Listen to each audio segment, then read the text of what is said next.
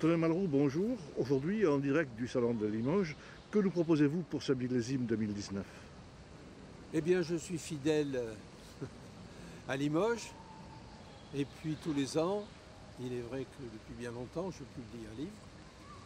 Et cette année, je viens présenter Le cœur de mon père.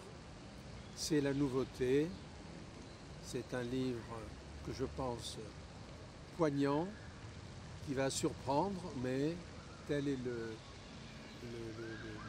vouloir d'un livre par le travail de son écrivain.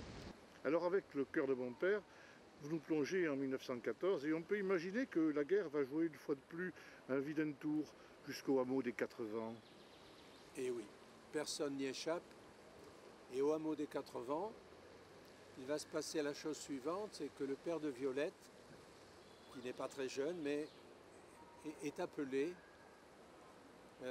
pour rejoindre les corps d'armée qui se trouvent à l'est, vers Verdun. Et ça va être un déchirement, mais cet homme ne rechigne pas à partir. Il dit, il faut que je parte, comme d'autres sont partis avant moi, et c'est l'honneur de la famille, donc j'y vais. Alors le père de Violette, il quitte sa terre, sa famille, et au dernier moment, quand sur le quai de la gare, le train va s'arracher du village, il y a une réelle émotion là.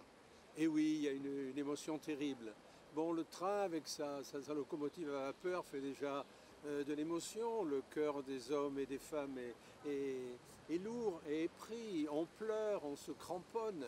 Et puis au dernier moment, alors que le train va s'arracher de cette gare, le père de Violette s'approche d'elle et lui dit « Écoute Violette, voilà ce que je te confie. » Et il lui confie sa montre, son seul bien en somme.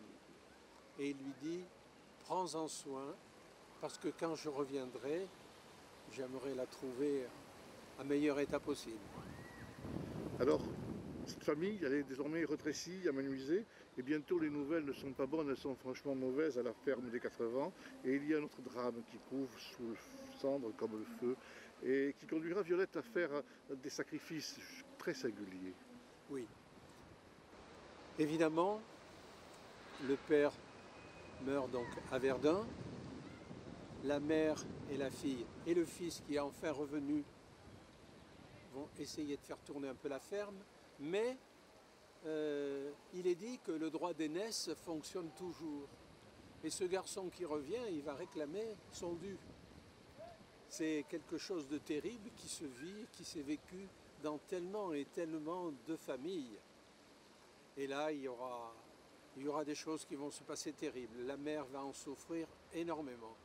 Mais plus tard encore, il va se passer bien d'autres choses. Alors est-ce qu'on pourrait ajouter, pour simplifier cette magnifique histoire, que parfois les filles aiment trop leur père? Et oui, c'est peut-être la conclusion. On dit que les filles parfois aiment trop leur père. Et je crois que Violette va donner une preuve supplémentaire à ce dit-on. Antonin Malroux, merci. Le cœur de mon père, Antonin Malroux, aux éditions Calvan Lévy.